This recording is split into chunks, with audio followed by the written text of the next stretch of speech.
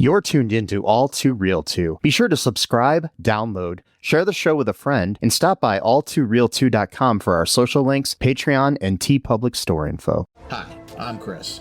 And I'm Jeremy.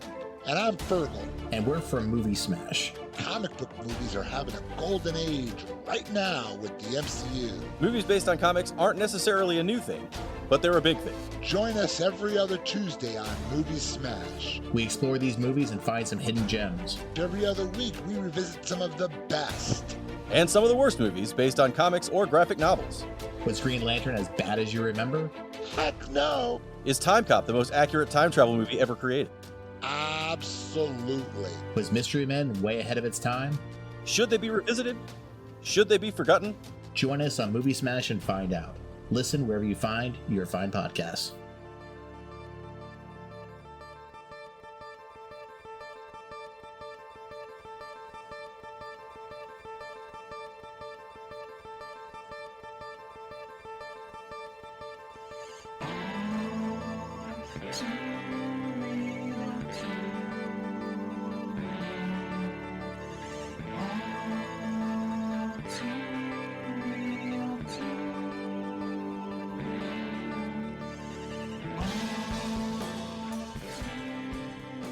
Okay, everybody, welcome to the latest episode of All Too Real 2. My name is Michael E. Cullen II, and with me, as always, is... Sesame gazebos in Carta.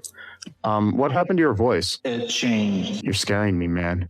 Are you Scaring you? Are you like a dancing clown? I am the dancing clown. Oh boy.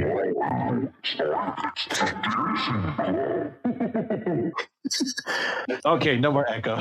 Yeah. So yeah, I'm regretting the fact that you've got a mixer now.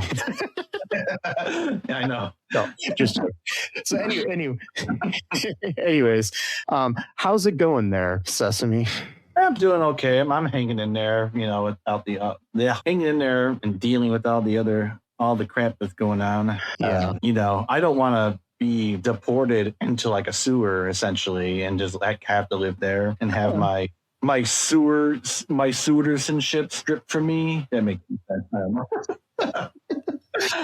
It might be better, actually. I mean, sometimes maybe. it might be a better place to live than, Yeah, it could be. Depends on what sewer you're going to. I mean, Yeah. you could just end up hanging out with some turtles that know some ninja skills. That'd be cool. And I can learn like karate from them. Yeah. Yeah. A rat that somehow knows karate or kung fu.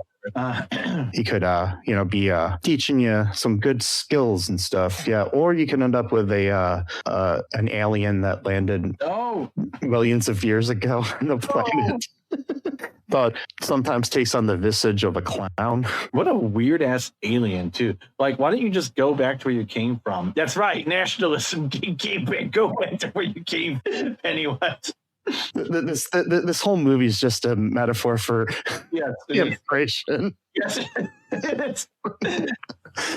Get out of here. Go back to your own planet. So, anyways, if you haven't gathered from the, description written up in the title and the episode you chose to listen to, we are covering the 2017 film It, which, is an adaptation of a Stephen King book. It's the first half of the book. Well, actually not the first half of the book because the book's told in a different way, but we'll get into that. Yeah.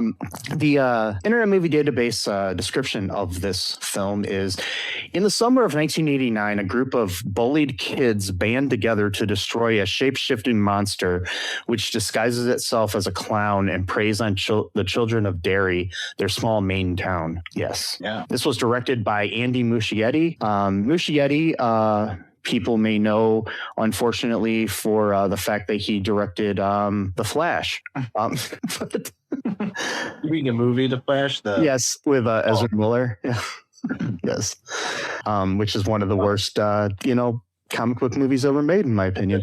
It's bad. But the thing is that movie just went through development hell and everything, and I don't blame him one bit. I mean, yeah. But he's also known for the film Mama, which is a horror film, and It Chapter 2, as well as creating and directing episodes of the TV series Welcome to Derry, which is a prequel series to these movies.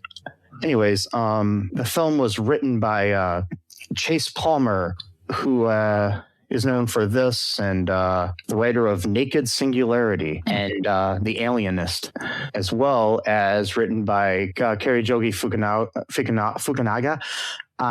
He was originally supposed to direct this movie and came up with some of the ideas for it, but he got a writing credit, but stayed on as a producer. Okay. Yeah, he's known for producing True Detective and directing James Bond, No Time to Die, among other things.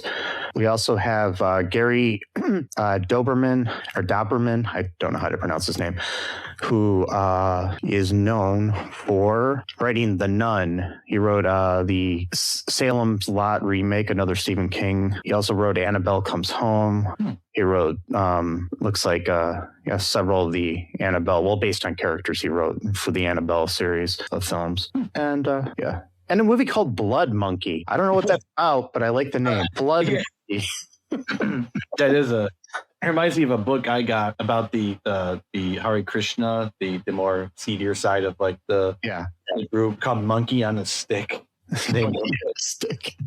Well, it was because of the metaphor that the founder of Hare Krishna movement, or I mean the Krishna consciousness, actual not the movement itself, because that's been going around for like hundreds of years. But like he used to do a metaphor where sometimes farmers would kill a monkey and put it on a stick to scare all the other monkeys from trying to steal their fruits and veggies. And I'm like, okay, it's a weird ass metaphor to talk about like protecting your own community is murdering, but it kind of makes sense because it goes into a lot of these murders that took place. It's a really interesting book. Murders that took place within the Hare Krishna. Or anyway, I'm getting off going off the tangent already.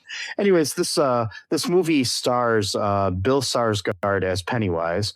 Skarsgård, Jaeden Martell as Bill Denbrough, Finn Wolfhard as Richie Tozier, Jeremy Ray Taylor as Ben Hanscom, Sophia Lillis as Beverly Marsh, Chosen Jacobs as Mike Hamlin, Jack Dylan Grazer as Eddie Kaspbrak, Wyatt Oleff as Stanley Uris. We've got Nicholas Hamilton as Henry Bowers, Jake Sims as Belch Huggins, Logan Thompson as Victor Chris, Aaron Teague as Patrick Hocksutter. We've got Jackson Robert Scott as Georgie Denbrough, Stephen Bogart as Mr. Marsh, and others. So I'm not going to remember any of those, unfortunately. I'll try to hopefully I can remember some of the main characters. Yeah. Well, I'm terrible at that now. Like, I don't know. I used to be okay. Well, that's fine. You don't need to know their actors' names either, so it's okay.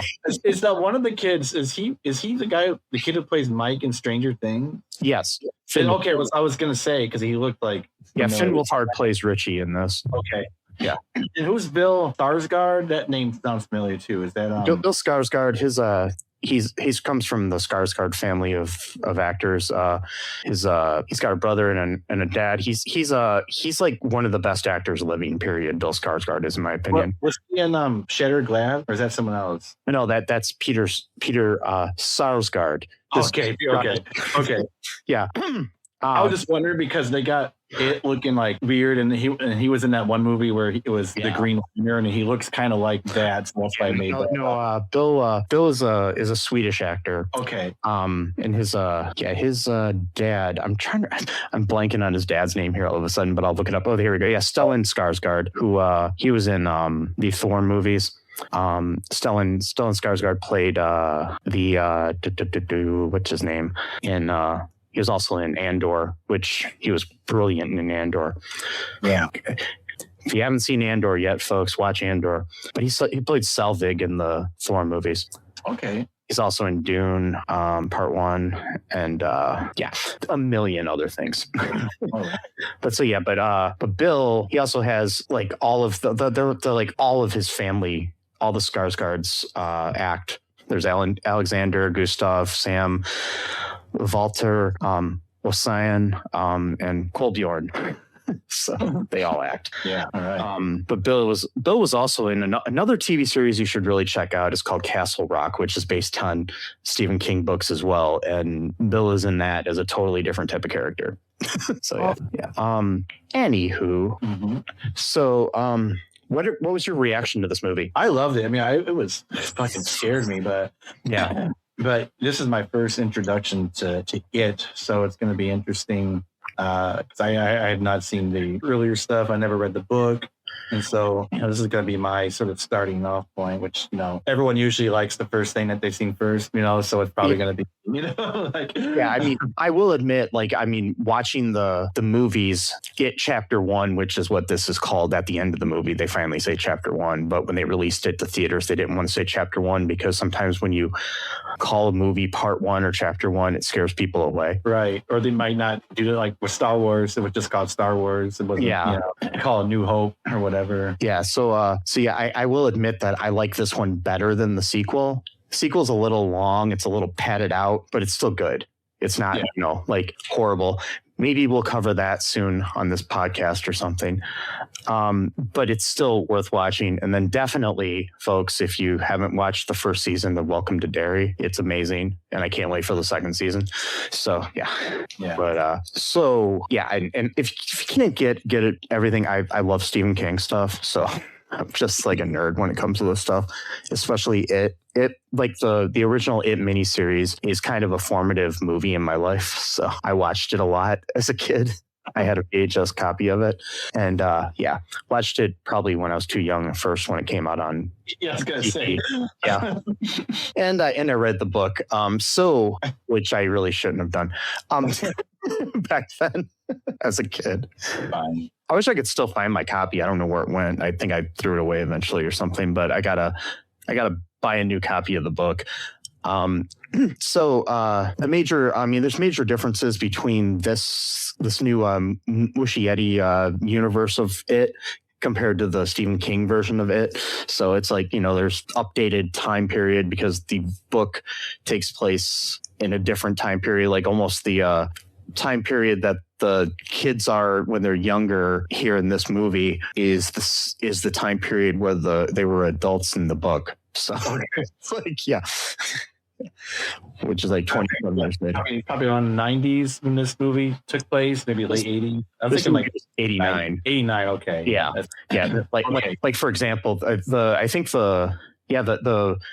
original book came out in I believe 86. So it was Okay, that's cool. Yeah, but I liked it. I was really into it. I watched it in two parts. It was kind of long, for me at least. I'm used to watching short shit now. But I'm like a little kid. I only watch YouTube shorts, and that's not true. But like watching a full movie, I never do that shit anymore. I wish I could.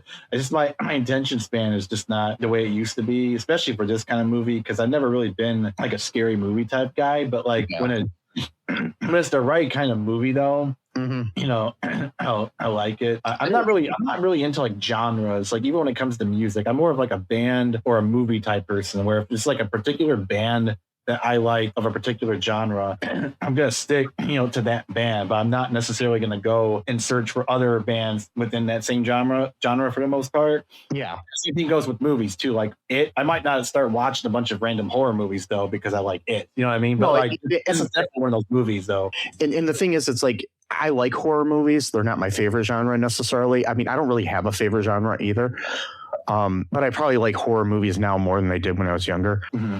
Because I respect the idea that you can take things. It's like with sci-fi too. You can take something and basically tell a story about a certain subject, but if you wrap it in a horror, in a horror guise, people don't realize what you're trying to say. Because exactly, yeah. I mean, this movie is about child abuse. I mean, literally. I mean, quite like metaphorically. Yeah.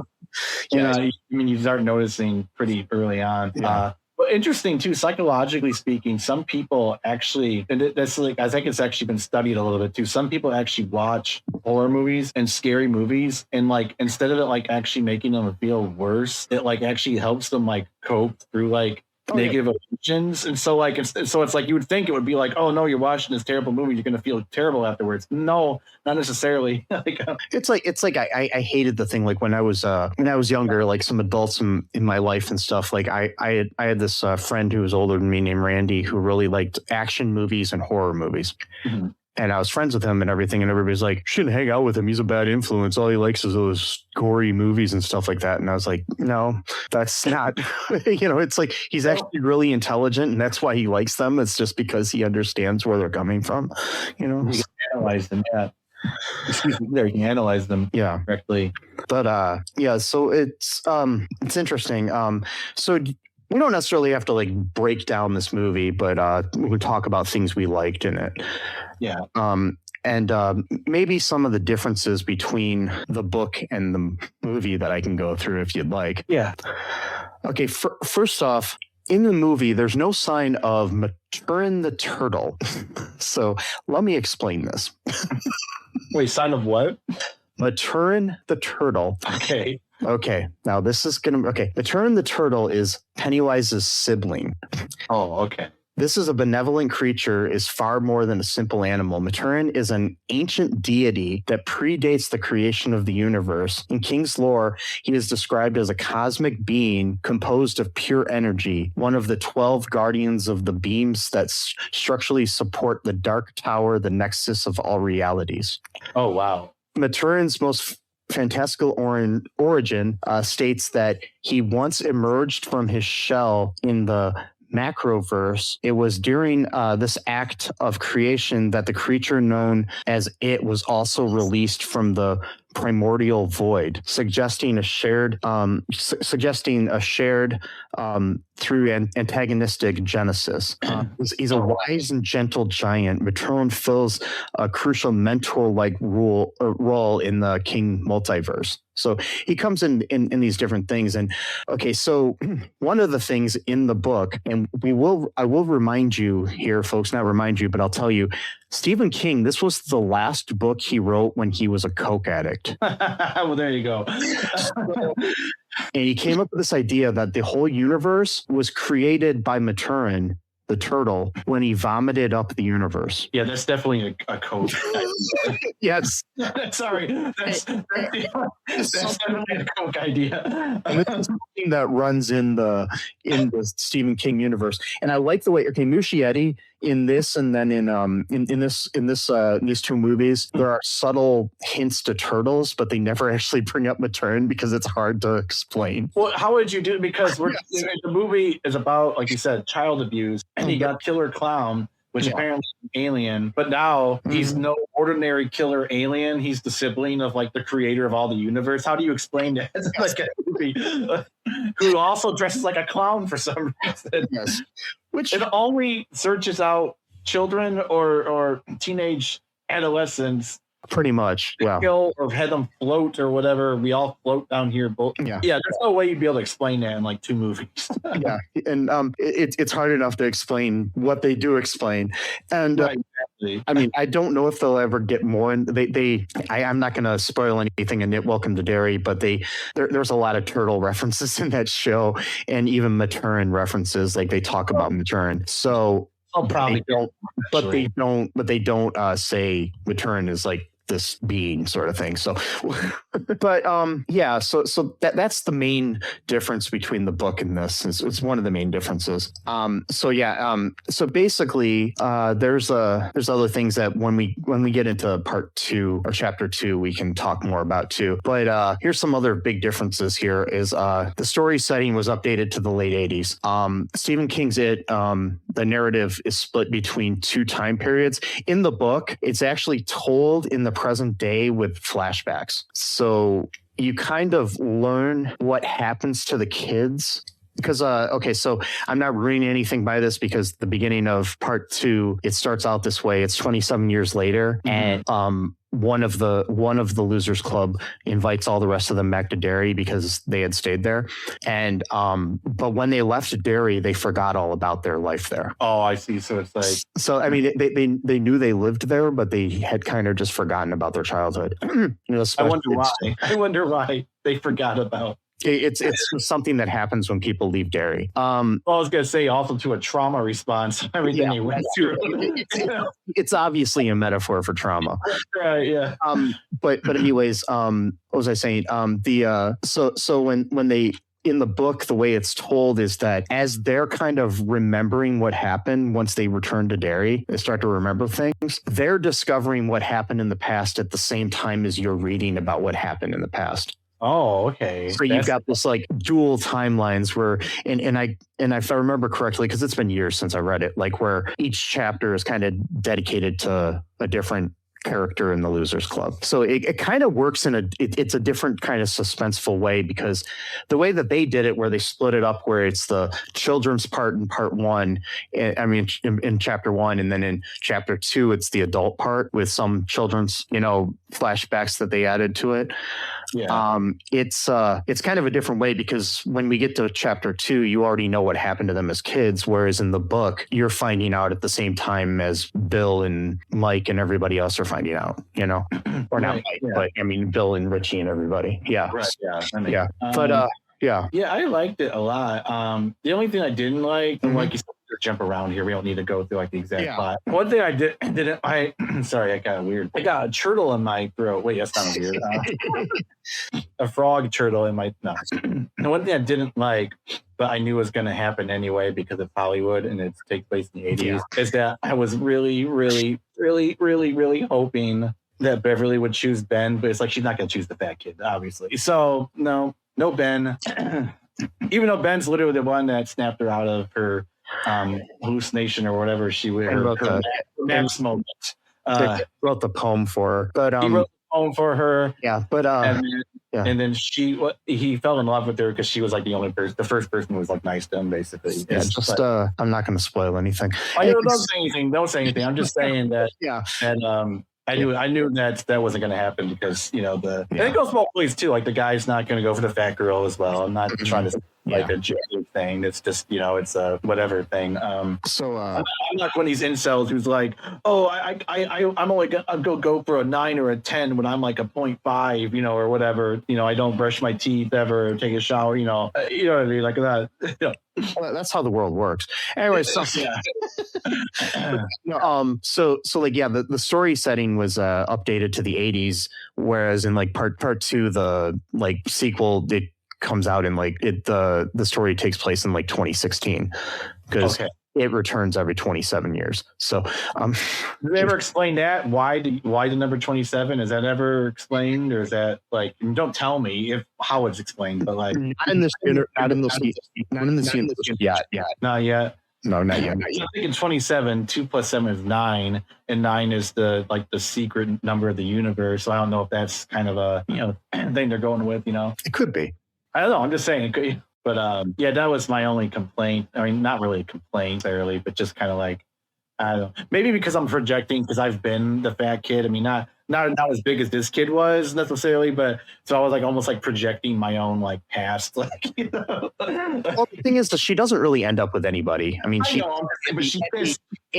end she ends up like that. Don't tell me anything though. I don't want to know. Do you want to know the most disturbing thing that they definitely got rid of from this and the 1990 miniseries that is in the book? Sure. Yeah, go ahead. Okay, Yeah. so this is the biggest change. So there's a gangbang scene. No. No. So In the book, he said. yeah, after This is definitely a cocaine-fueled book now. He's got gangbangs. He's got turtles who created the universe. Like, what the fuck, dude? So Sorry, go ahead. here's what goes down. After defeating Pennywise, the Losers Club doesn't engage. In the movie they don't do this, but in the book they engage in a group act of losing their virginity to Beverly. Why? They What? well, it's explained in the book, and Stephen King has said that he's had his mixed feelings about why he I put doesn't it in there. remember writing it because he was so full on coke at the Yeah, time. but basically they came up with the idea that because Pennywise feeds on fear and on children's fear, especially, that if they lost their virginities and became adults in this way, that they would be able to overcome Pennywise because they were more mature. Okay, that sounds like a diabolical justification of like one of the kids who's like, "Hey, I guess we have to do this." I mean, I don't know. I mean, I'm just saying because I don't want to do this, but I don't want to. Like, I don't want Pennywise to come back. Do you want Pennywise? Maybe you do want Pennywise. Me personally, I don't want Pennywise to come back and kill kids. Maybe we do. That's cool. And part of the other thing, like King says, is that it was like, well, they would have like a shared experience. It's kind of replaced in the movie with that. With them all, it's replaced in the movie with them all cutting their hands and so which is a much better way to connect people to each other. I have to know now because it's disturbing. So I need my blankie here to make me feel better. So you said shared experience. So when you said gangbang, that sounds a little bit more aggressive than a shared experience. So I'm hoping that that's not what you actually meant. That's what people call it when they refer to it, but I don't think it's called that in the book. Okay, good. I mean, it's still fucked up, but like that at least takes a little bit away. Basically, the whole chapter in the book that this takes place in is told from Beverly's perspective. Well, so question. Yeah. Was she at least consenting in this? They didn't like. They didn't take her. I believe she was consenting. Okay, well, at least I mean it's still fucked up, but like at least I was. If I remember correctly, it's basically they all take a turn. Okay. Yeah. I mean, it's still fucked up, but like I was thinking the worst. I'm like, because like especially in a movie, she's molested by her own father, and I like it would just be horrible. Yeah. If her friends did the same thing to her as her own father, that would just make me like hate this story. Like 100%. In the book, her father is. I think it's implied that he molests her, and it's he also beats her. In the movie, it's implied that. Well, the movie doesn't imply beating her, but yeah, in the book, he's very, very abusive. Also, unlike the movie, in the book, the mom is still alive, and she kind of just lets things happen, and she gets beaten too. Yeah, I kind of wish I didn't know that little tidbit that you told me about about the shared experience, Mike. I kind of could have lived without knowing about that. Me too, but because I know it, you have to know it. That's not fair. That's not. If I suffer, you have to suffer. That's not a good. Yeah, that's not a good.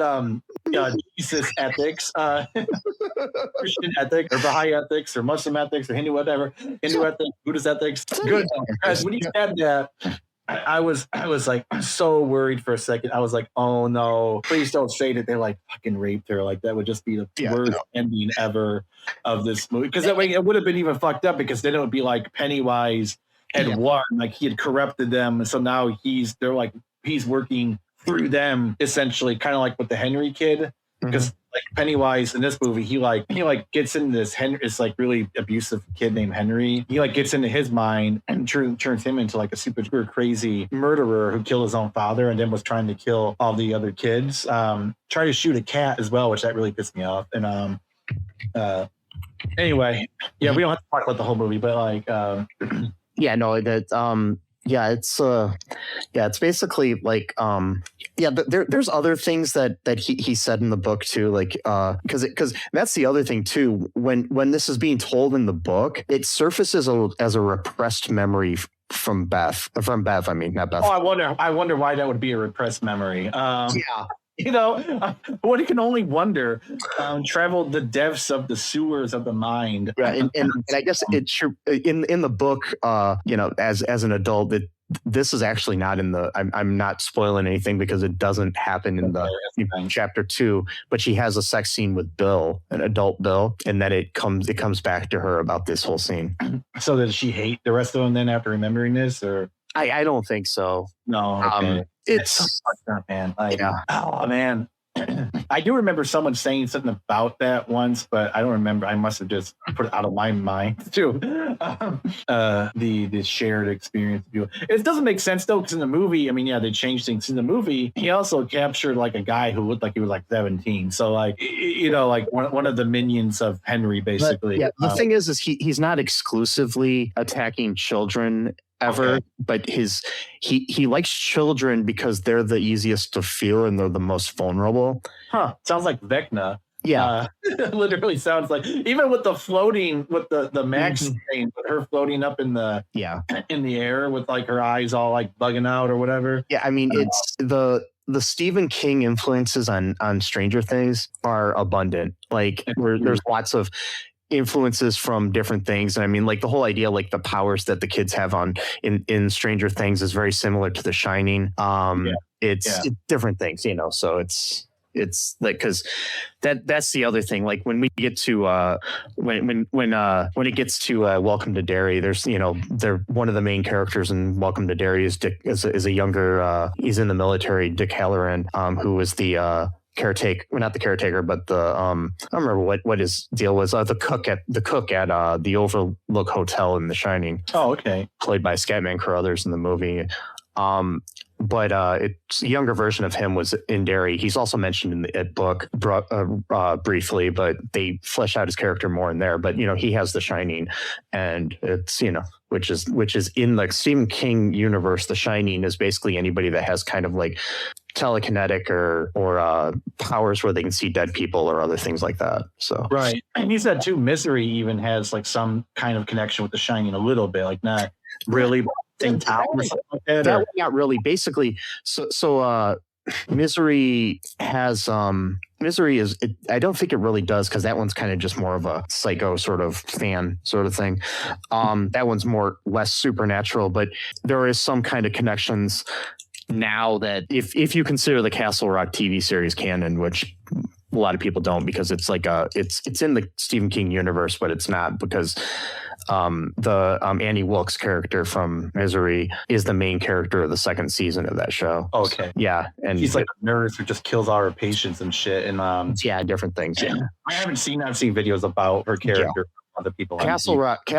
If you want some more Stephen King kind of feel, Castle Rock is a good series. Another show that's loosely based on Stephen King called Haven was really good too. It was based on the Colorado Kid. But it totally goes off in a completely different direction than the Colorado Kid. It's like a supernatural type show, but the Colorado Kid wasn't a supernatural book at all.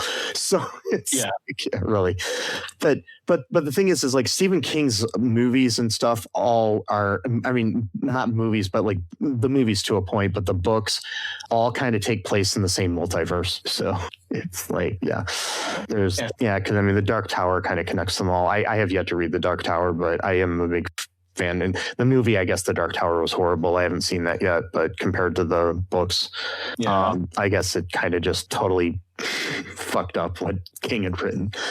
And I mean, the things, it's hard to adapt King to film. Yeah.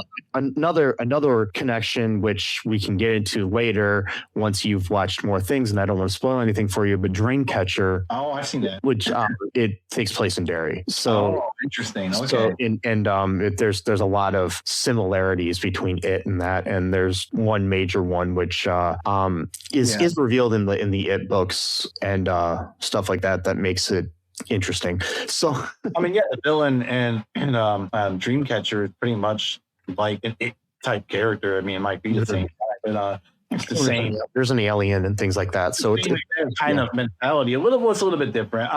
He operates a little bit more differently than It does, but still, it's similar. I wonder why they all go flock to Derry. That should be an interesting thing if they ever explain that. Why they all like to go to one specific town. Yeah, it's like Derry appears in a few of the things. There's also the town of Haven, like I mentioned. There's also Castle Rock is another town, which was also the name of Rob Reiner's production company. But rest in peace. Yes. The week that we recorded this, sadly, Rob Reiner was murdered by his son, as well as Michelle Singer Reiner was murdered as well. So... Yeah. And our piece of shit so-called leader couldn't, wait 12 hours to say something nice about him. And fuck him.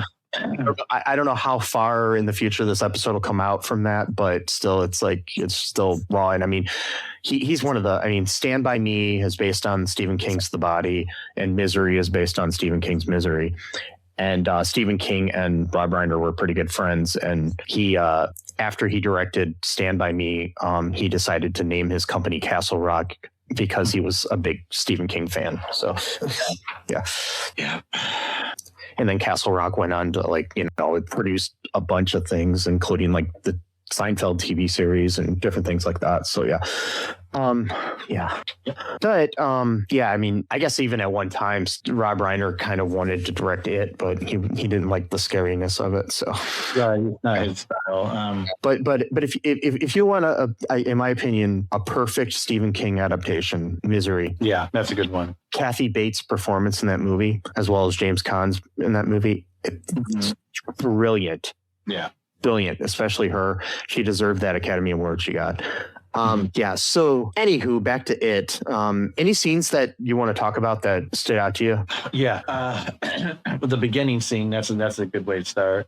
Yeah. When they build this little boat with wax because it's raining out. It's a really bad storm out. And Georgie, which is Bill's younger brother, he ends up hitting a fence or some kind of like a. It's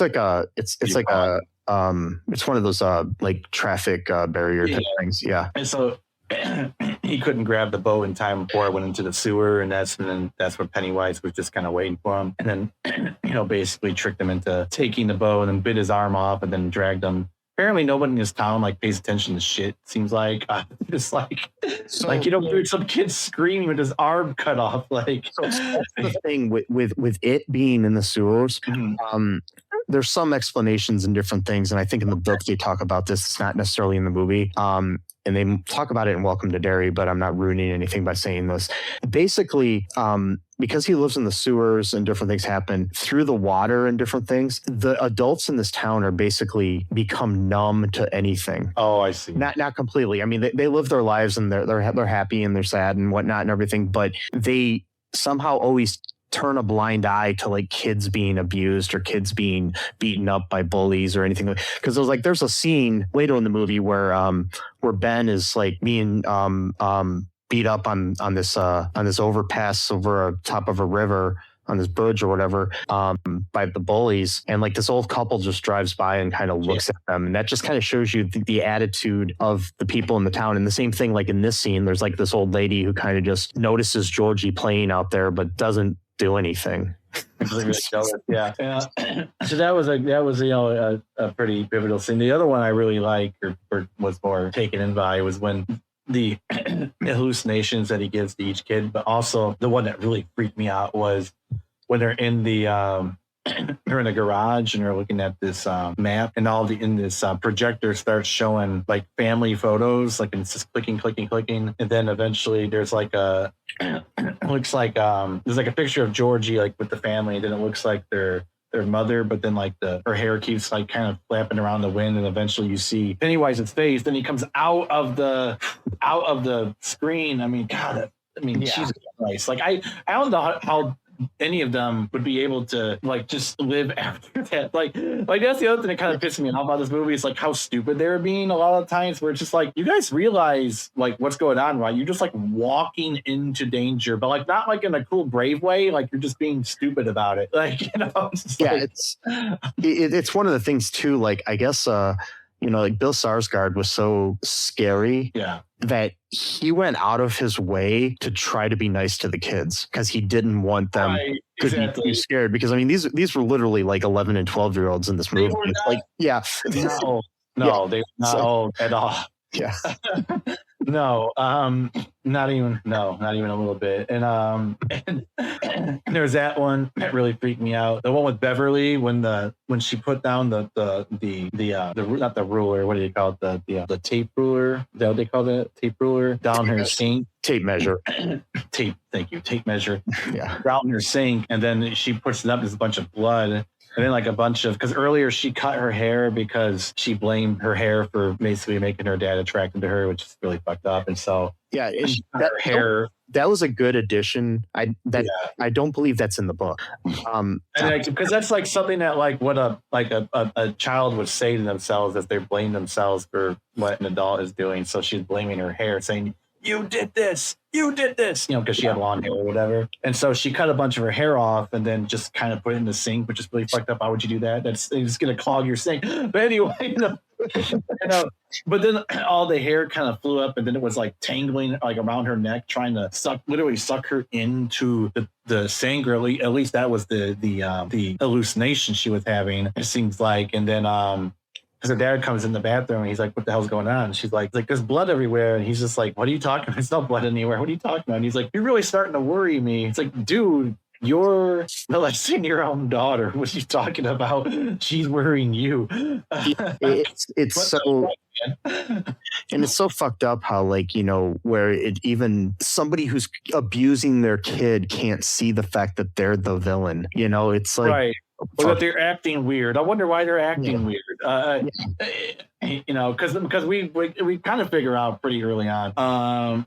Actually, there's some foreshadowing before that I didn't really think anything of until after I saw that scene, because before, so there Ben gets beat up or whatever. They find him. They take him to the pharmacy to get some supplies for him, you know, because he got cut by Henry cut his initials into his side or his belly or whatever. Right in his belly. Right. He like talks about the fact that, you know, Ben is fat, so he's gonna cut into his fat. Yeah, which doesn't make any sense. But okay, and then like just literally physically makes no sense. But like, you know, like, yeah, the fat's just gonna spill out. What are you talking about, moron? Like, it doesn't work that way, you idiot. So, but Henry's a fucking moron in this movie. So, I mean, if it did, it'd be a great way to lose weight. You can just like cut yourself, and then all of a sudden it goes. Right.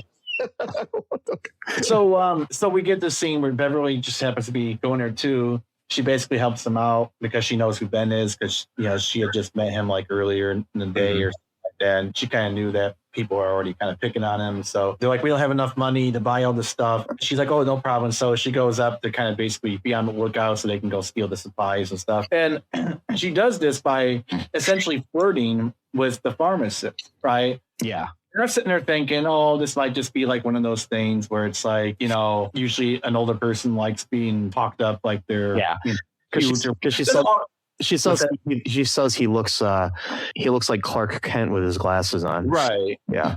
And so like that seemed like innocent enough. It doesn't have to be anything like dark about that. But when she gets home and she's got, you know, tampons or whatever, and then her dad finds a bag and he's like upset that she's growing up because, you know, he guess he won't be attracted to her anymore. Oh, God forbid that you won't be attracted to your daughter as she grows up, fucking weirdo. Like, you know, but then that kind of made it feel a little bit darker though, because I mean, even if it's not the growing up part, it's also the fact that, I mean, it's more the growing up. Maybe I think that he's afraid that other men will find her attractive. You know, okay, yeah, and then God forbid, you know, that would happen. Yeah, so there's like an emotional incest going on as well as the physical, which is But like, then I thought about that scene though, and I was like, oh, this scene kind of feels a lot more darker now because it's like she's used to the idea of older men like seeing her.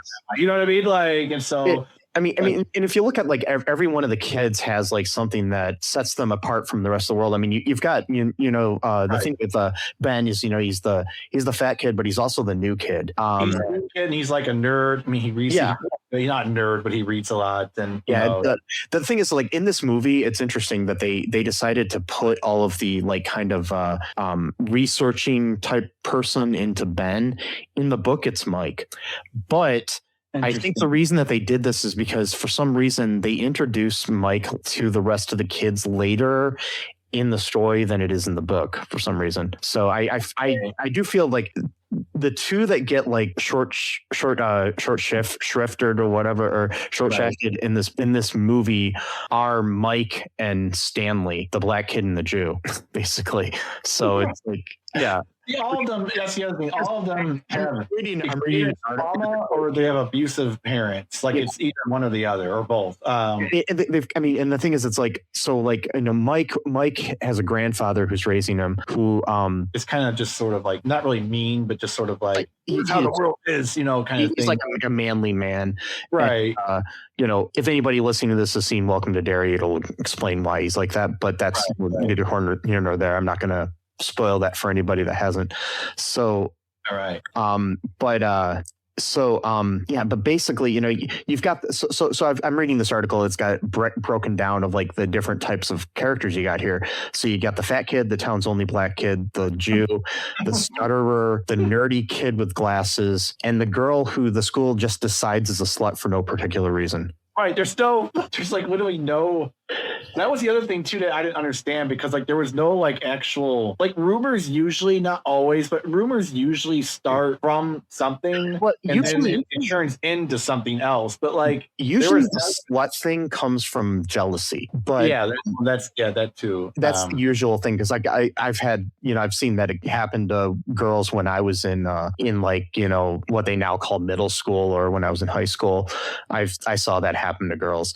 And I mean, there's also like, the rumors will start about different things, like or somebody will find one thing to pick on you about, and then that becomes the one thing they focus on, and it has nothing to do with who you really are, whether it's the slut thing or they focus on a kid with glasses, or a kid who's fat, or a kid who's black, or whatever.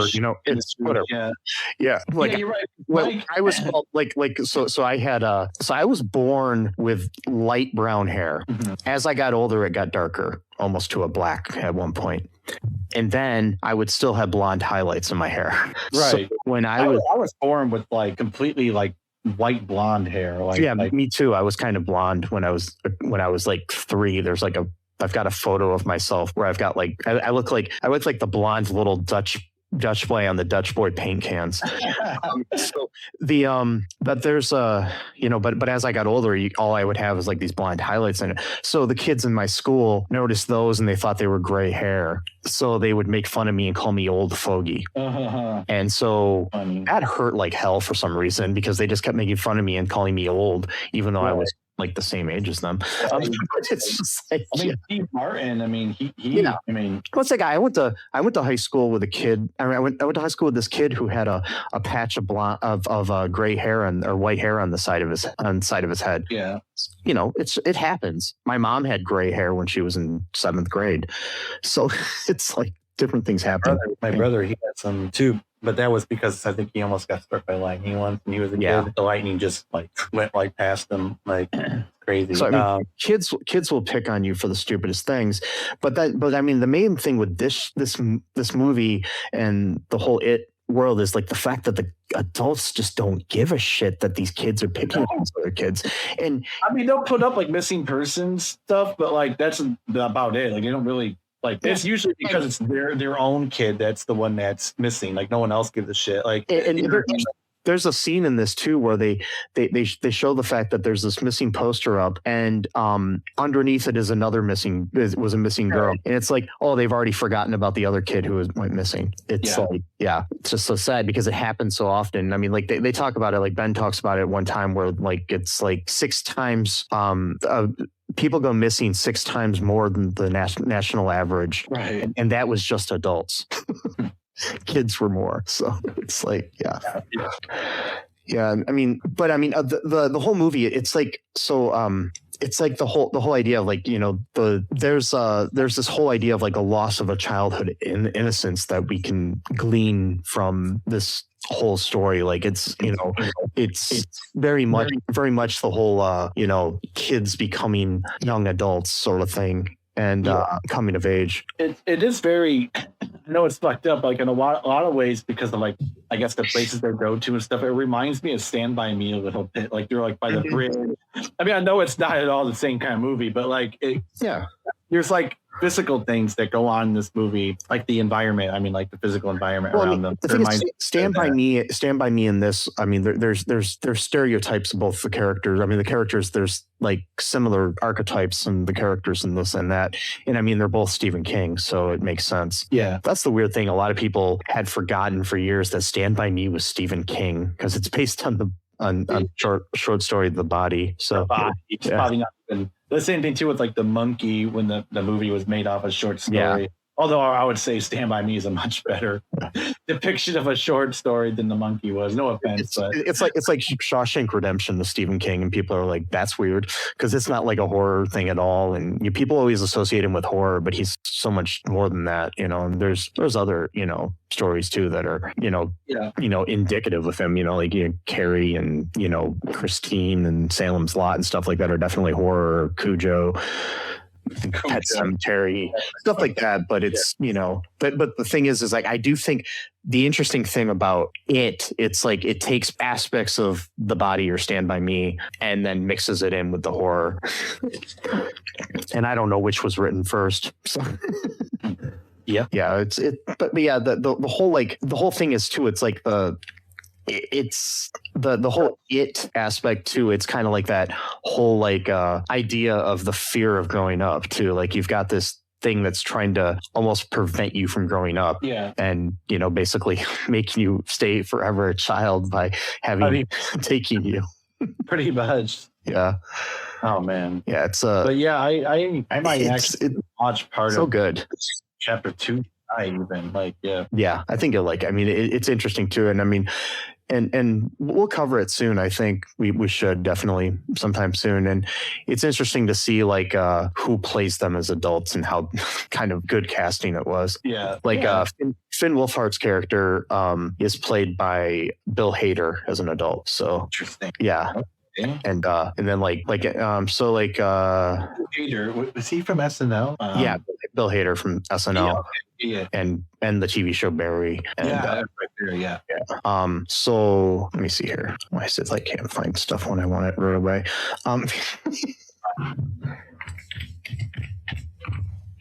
Yeah, in It Chapter 2, so we've got the cast in that, you've got Jessica Chastain playing Beverly Marsh, that Sophia Lillis plays. You got James McAvoy plays Bill. Bill Hader plays Richie. Isaiah Mustafa, who was the Old Spice guy. You know, those commercials like he plays Mike. Yeah, he plays Mike. I'm on a horse, you know, that guy, whatever. Yeah, I know. Yeah. He's good as Mike too. Yeah, it's funny. And then you got Jay Ryan as Ben, James Ranscone as Eddie, and Andy Bean as Stan. But it's interesting because they cast people really well that look like the kids as adults. Right. Yeah. That's something I always like a lot. Like I didn't really like that Han Solo movie that much because the actor didn't look anything like. I mean, I'm pretty sure he's a good actor, but like he didn't look anything like Harrison Ford. So yeah. I was like, it was hard for me to suspend disbelief. I mean, Alden Ehrenreich is a great actor. Yeah, and he did have some of the aspects of Harrison Ford, but he wasn't quite right.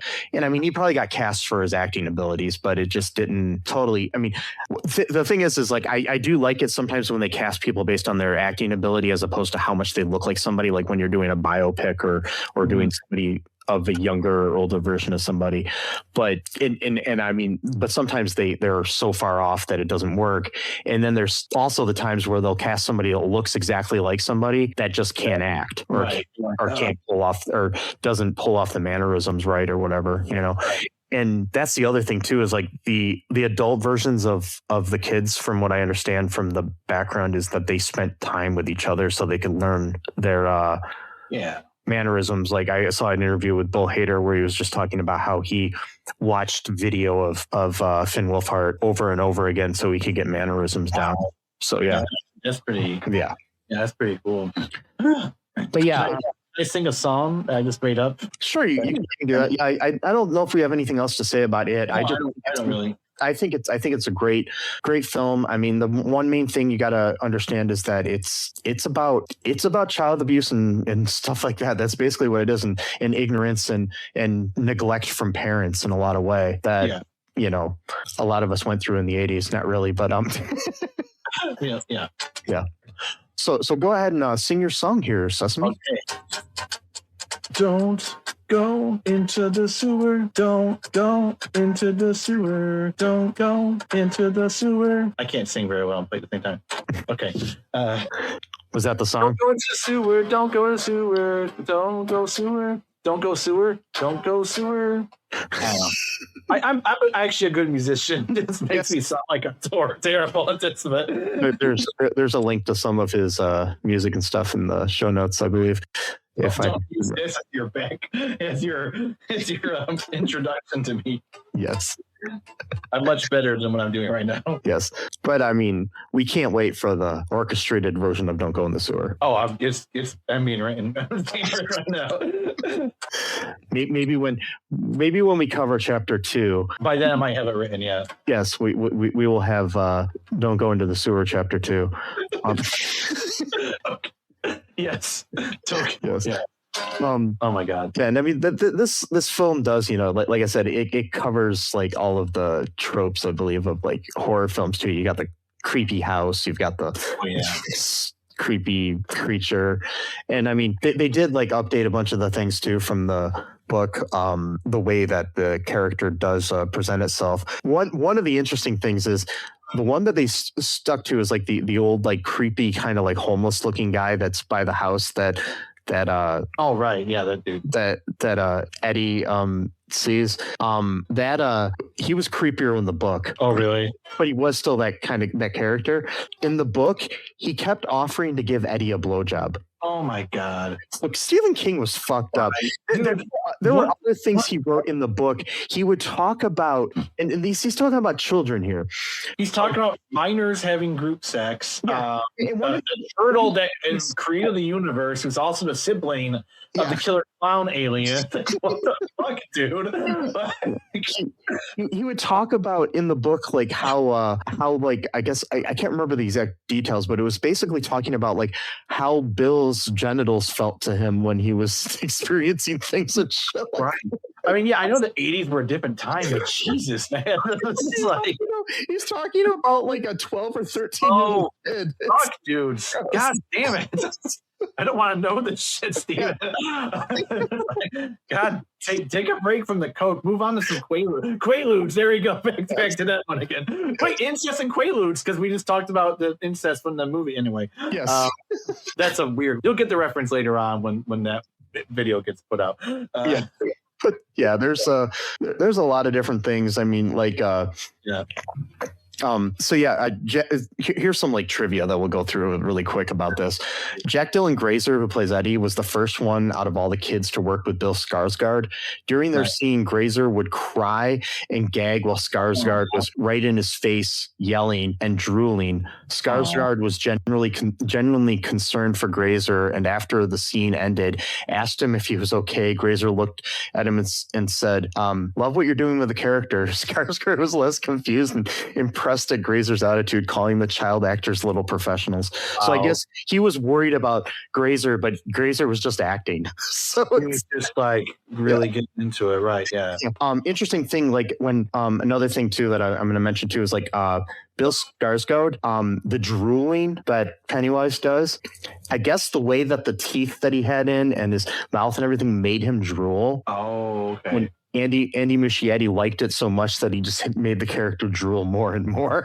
Wow. And another thing too is the way that people would think that CGI was used for Pennywise's eyes to move independently in the scenes where he could. No, Bill Skarsgård can do that. Wow. Wow, that's crazy. Yes. So yeah, like the smile is real, the eyes stuff. I mean, I'm telling you, Bill Skarsgård is a creepy, good actor. What else has he been in? He was in Nosferatu recently. He's in, like I told you, he was in Castle Rock, the TV series. Oh, right. He was in the unfortunate remake of The Crow. Oh man! Which I started watching that the other day. Starting out, it's not as bad as I thought it'd be, but it's not good either. Yeah. He's in like John Wick Chapter 4. He's in the movie The Barbarian. He was in Wicked Singularity, Castle Rock TV series. He was in Deadpool 2. Oh, he's in one of the Divergent movies. He's in I'm trying to think of anything. A bunch of Swedish films before that. But yeah, this was like his big break, I guess. Yeah. But cool. Yeah, he's got and he's in it. Welcome to Derry, reprising his role as Pennywise. Yeah, he's got a movie that came out this year called Dead Man's Wire, which looks like a interesting movie about a guy who takes somebody hostage. So anyways, so yeah, that, you know, he's a great actor, but yeah, it's interesting that he was able to do that shit with his eyes. Yeah, I can spin my eyes, but that's different, which freaks people out. Yeah. So any other thoughts here before we wrap things up? No. Well, actually, hold on. Don't go into the sewer. Anyways, folks, hope you enjoyed this episode. We will cover Chapter 2 sometime in the near future. Might be the next week, depending on when I decide to release episodes and stuff. But hope you enjoyed this. Kind of a little loopy today. I'm not feeling that great. But make sure you check out all2real2.com. It's a good place to find all of our social media links, all of our episodes of the show, and also has links to where you can help us out on our TeePublic and our Patreon. TeePublic, you can get some nice merch with our logo on it and other shit that we created. Also, if you go to the Patreon, you can help support the show, become a patron. It's the best way to help support the show. Give us as little as $5 a month, $1 a month, whatever. It's cheaper than Netflix. Cheaper than going into the sewer as well. So that's why I'm stuck here. Sorry. Are you stuck in the sewer? I'm stuck in the sewer. I can't do anything about it right now. That's okay. Are you floating? No, not floating. I'm just kind of just sitting in the water. Kind of gross, but I did bring some books with me. So. Is it gray water? No, it just looked kind of clear to me. It's kind of, I'm not sure why. It's kind of weird. It shouldn't be clear, but I guess. So there's no like shit or piss in there or anything? No, I don't weird. It's actually kind of nice in here. Maybe I'm not in the sewer. I don't know, but I'm some underground. Are you? Okay. Yeah, is there anybody else there? Yeah, it's a dude next to me dressed as a clown. Oh my god. Is he cool? He's actually okay. He's not scary though. Actually, pretty chill dude. Is he like a Ronald McDonald clown, or was he? No, he looks more like I don't know. I can't continue his bits.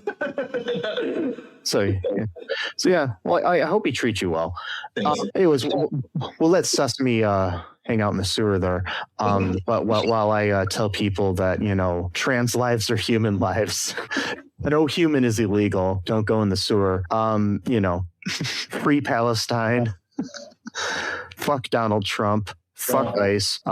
Be careful. That's okay. I'll buy a Trump derangement syndrome.